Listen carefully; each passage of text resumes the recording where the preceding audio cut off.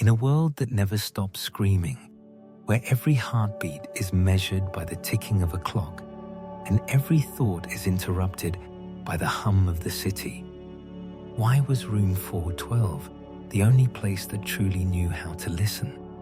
It wasn't just the absence of sound, it was a presence, a deep, grounded mystery that asked every guest the same unspoken question. When was the last time you were truly alone with yourself? The sun was beginning its slow, amber descent over the Oregon coastline when Elias Vance finally pulled his car into the gravel driveway of the Heritage Inn. Elias was a man who lived his life in the gaps between deadlines, his mind a cluttered workshop of architectural blueprints and structural calculations. He had come here not for the view, but for the one thing his penthouse in Chicago couldn't provide, a moment where nothing was required of him. The lobby was small, smelling faintly of dried lavender and old books. Sarah, the receptionist with a kind smile and silver hair, handed him a heavy brass key. "Room 412, she said softly, her voice barely a ripple in the quiet air. "It's at the very end of the hall. Most people find it different." Elias nodded, too tired to ask what she meant. He walked down the long corridor, his footsteps muffled by the thick crimson carpet. When he reached the door, he paused. There was a peculiar sensation even before he turned the key, a feeling that the air on the other side of the wood was heavier, more still. As the door swung open, the world behind him seemed to vanish. The silence in room 412 wasn't the empty, hollow quiet of a vacant house. It was dense, like a physical weight, pressing gently against his skin. It was as if the room itself was holding its breath, waiting for him to settle. The light was soft, filtered through heavy velvet curtains that blocked out the rest of the world. Elias dropped his leather bag on the floor. Usually, the thud would echo, a sharp reminder of the room's dimensions. But here, the sound was absorbed instantly. It didn't bounce. It simply ceased to be. He stood in the center of the room, his hands trembling slightly. For years, he had complained about the noise of the city, the sirens, and the constant digital pings of his phone. But now, faced with this absolute, strange silence, he felt a flicker of something he hadn't felt in a long time: vulnerability. He walked toward the window and pulled back the curtain just an inch. Below, the Pacific Ocean was crashing against the rocks, white foam spraying into the air.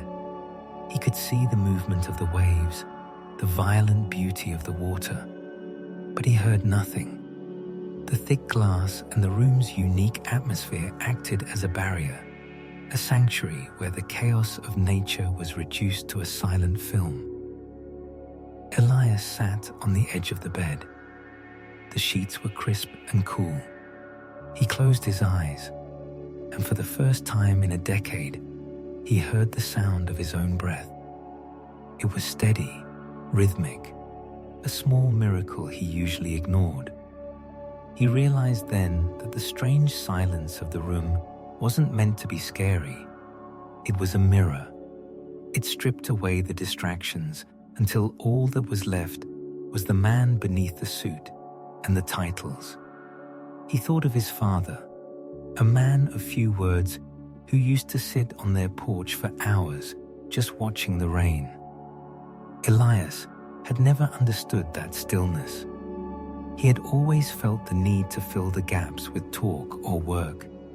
But now, sitting in the velvet quiet of room 412, he started to wonder if his father had known something he didn't. The room began to darken as twilight took hold. Elias didn't reach for the light switch.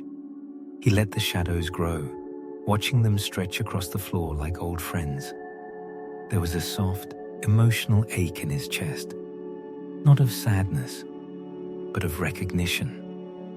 He was 42 years old, and he was finally meeting himself in the dark. The silence seemed to pulse. It felt like a low, comforting hum that resonated in his bones. He lay back on the pillows, his eyes fixed on the ceiling. He wasn't sleepy yet, but he was relaxed. The tension that usually lived in his shoulders began to melt away, absorbed by the room just like the sound of his bag had been. He stayed there for a long time, drifting in the sea of quiet. The room didn't judge his failures or demand his successes. It simply existed, offering him a space to just be.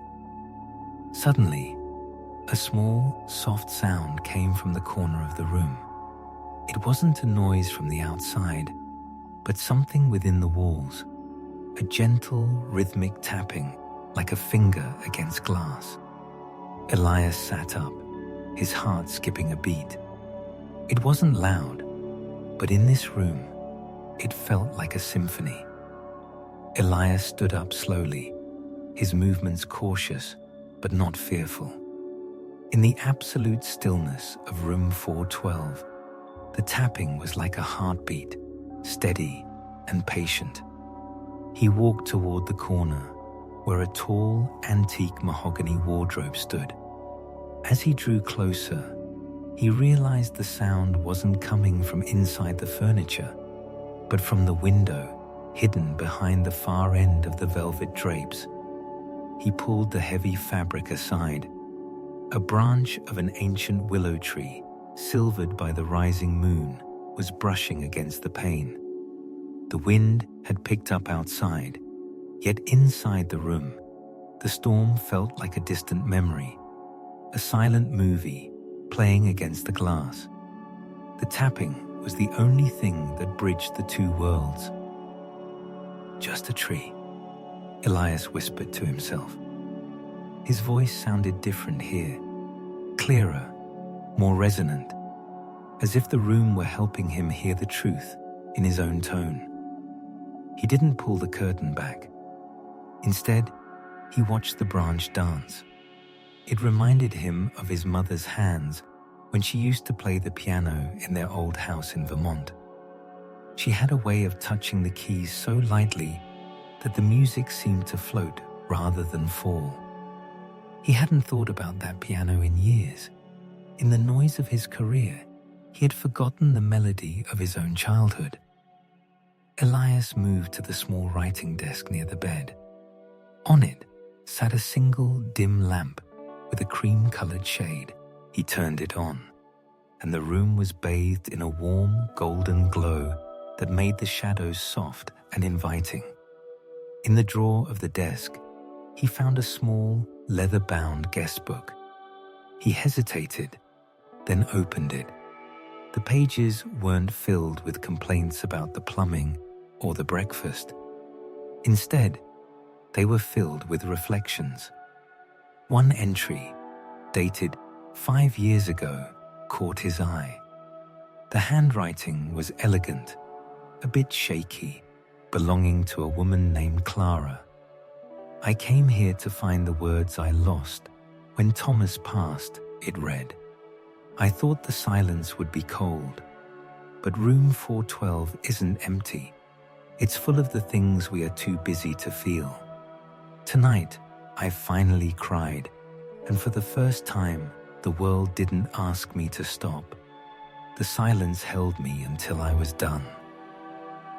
Elias ran his fingers over the ink. He felt a lump form in his throat. He realized then that he had been carrying a weight of his own, the weight of being fine for everyone else. His clients, his partners, his ex-wife, Julianne. He had spent so much energy building structures of steel and glass that he had forgotten how to build a space for his own heart. He sat in the plush armchair by the desk, letting his head rest against the high back. The silence of the room began to feel less like a mystery and more like a companion. It was a space that didn't demand an architect's precision. It didn't care about his blueprints or his bank account. He looked at his phone sitting on the nightstand. The screen stayed dark. For the first time in his adult life, he didn't feel the urge to check it. The digital world felt miles away, a frantic buzzing that had no place in this sanctuary. The air in the room grew cooler, refreshing and crisp. Elias reached for a knitted wool throw blanket, folded at the foot of the bed, and wrapped it around his shoulders. The texture was rough, but comforting, grounding him in the present moment. He watched the way the light from the lamp caught the dust motes dancing in the air, tiny, silent performers in a private theater. As the hour grew later, the strange silence began to change again. It became musical. He started to notice the subtle layers of quiet, the soft hum of the heater, the distant rhythmic sigh of the ocean through the floorboards, and the slow, deep thrum of his own heart. It was a symphony of peace. He found himself thinking of a bridge he had designed years ago. He had focused so much on its strength that he had ignored its grace. Now, in the stillness, he saw it differently. He saw how it was meant to connect people, not just carry cars. He felt a sudden, soft surge of inspiration, not the frantic kind that kept him up at night, but a gentle realization of what he wanted to do next. His eyes felt heavy, but it was a pleasant weight. It was the feeling of a mind finally letting go of its anchors. He watched the shadows of the willow branch flicker against the wall, casting patterns that looked like lace. He stood up, intending to get ready for bed, but paused at the mirror above the dresser. The man looking back at him didn't look like the stressed executive who had checked in 2 hours ago. His eyes were softer, his jaw relaxed. He looked like someone who had finally come home. He turned off the lamp, and the room returned to the embrace of the moonlight. The silence was there, waiting, thick as velvet and warm as a memory. Elias climbed into the bed, the linens feeling like a cool cloud against his skin. He lay on his back, staring at the dark ceiling, feeling the vast, quiet space around him. But just as he was about to drift off, he noticed something he hadn't seen before. On the ceiling, directly above his head, was a tiny, faint glow, a small circle of light that didn't seem to come from the moon or the window. Elias blinked, wondering if his eyes were playing tricks on him in the heavy darkness. He sat up slowly, the silence of the room wrapping around him like a soft, invisible blanket. The small circle of light on the ceiling was soft, shimmering with a pearlescent hue, like the inside of a seashell. He realized it wasn't a light from outside, but a reflection. He traced the path of the beam back to the nightstand. There, tucked slightly behind the base of the lamp, was a small silver compass, old, tarnished, and clearly left behind by someone. The moonlight hitting its glass face was bouncing upward, creating that singular, hopeful glow on the ceiling. Elias picked up the compass. It felt cool and substantial in his palm. On the back, in tiny, delicate engraving, were the words, "For those who are lost in the noise, look inward to find the way." The words felt like a direct message to him. He leaned back against the headboard, holding the compass. The silence of room 4-12 seemed to deepen, as if acknowledging the discovery. It wasn't a frightening silence. It was an expectant one, like the hush of a theater before the first note of a beautiful concerto. He thought about the noise the compass mentioned.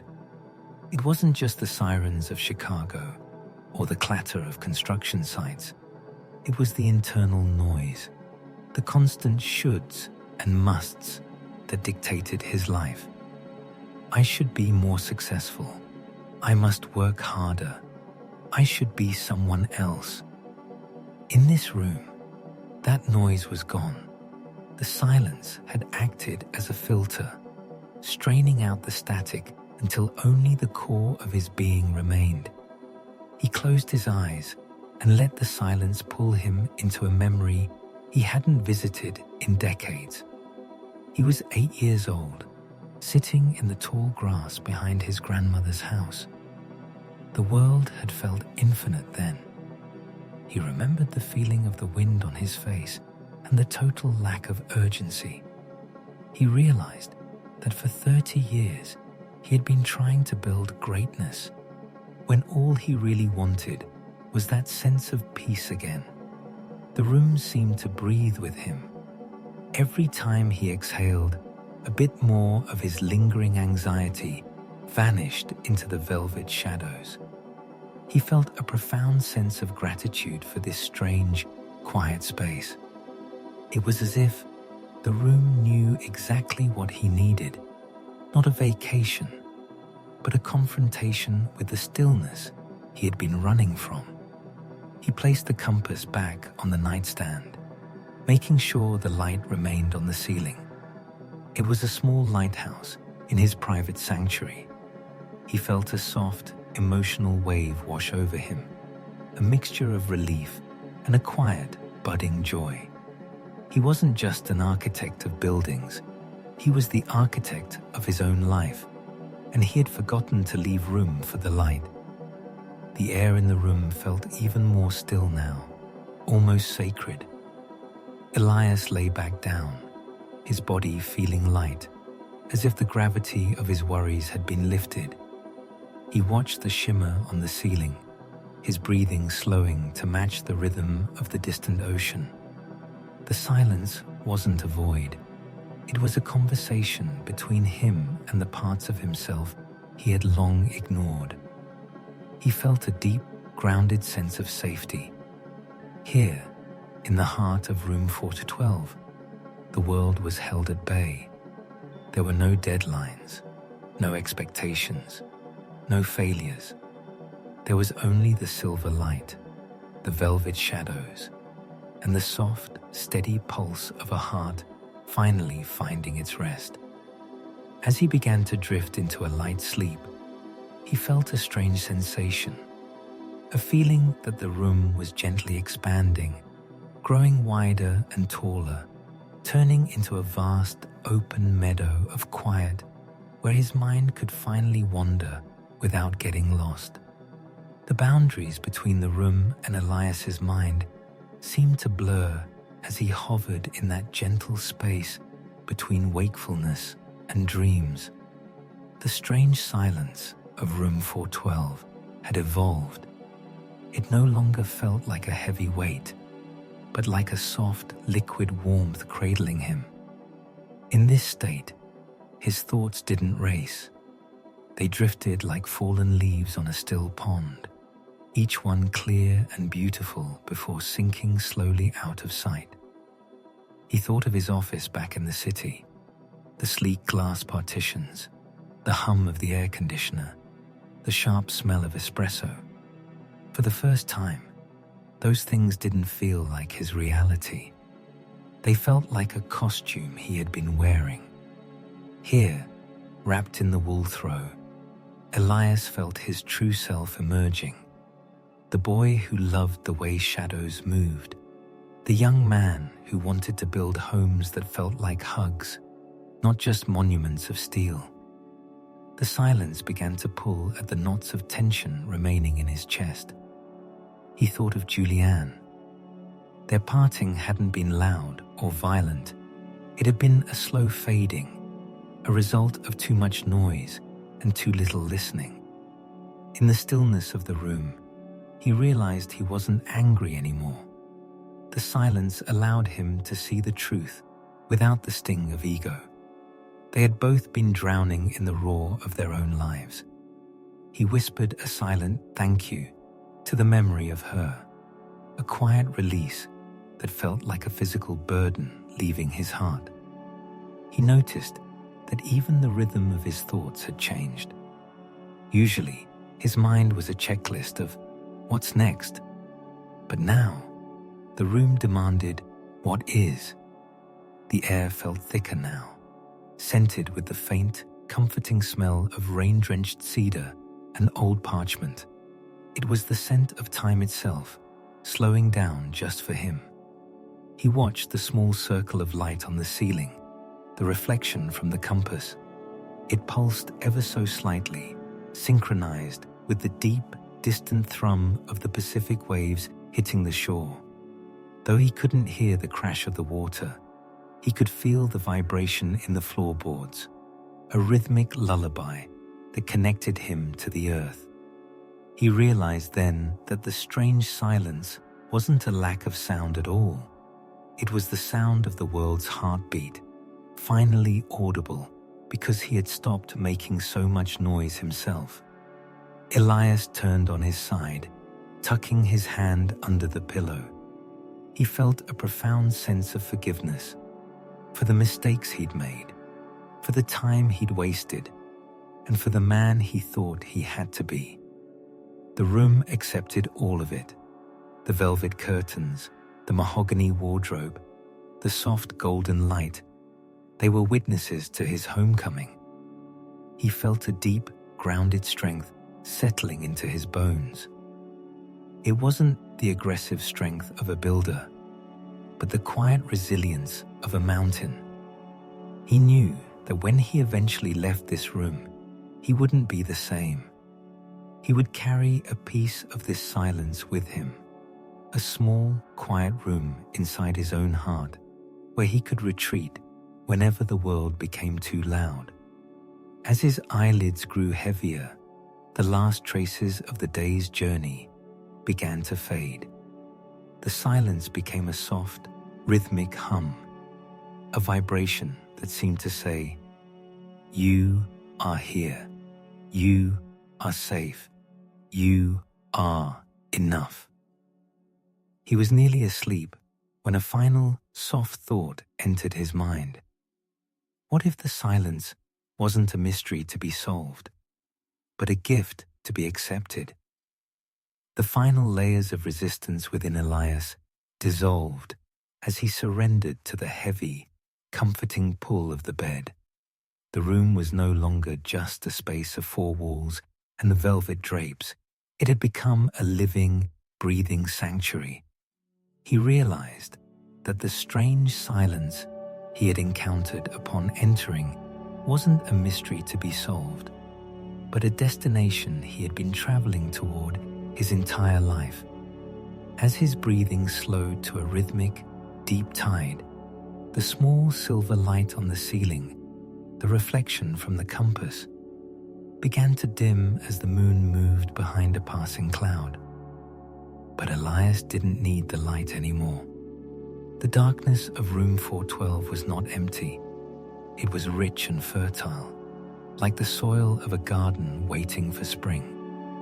He felt a profound connection to every person who had ever stayed here, Clara, and the countless others who had left their noise at the door to rediscover the melody of their own souls. He felt the cool edge of the pillow against his cheek and the soft weight of the wool throw. The distant, silent rhythm of the Pacific Ocean seemed to sync with his own pulse, a reminder that he was part of something much larger than his blueprints and deadlines. The silence was the answer to every question he had been too afraid to ask.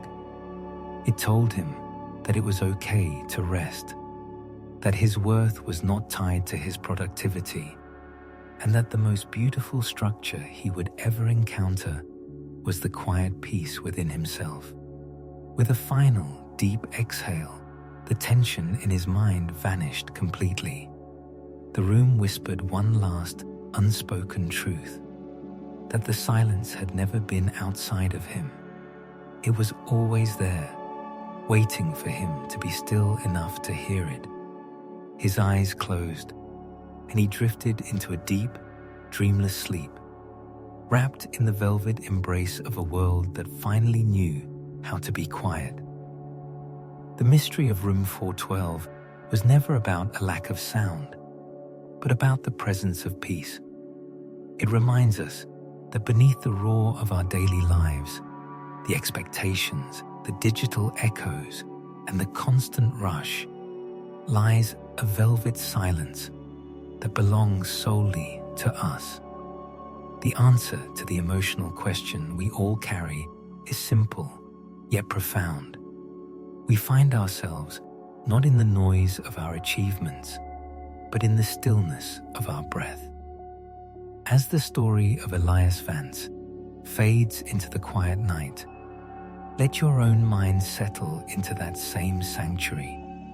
Know that you are safe, that the world can wait, and that in this very moment, you are exactly where you need to be.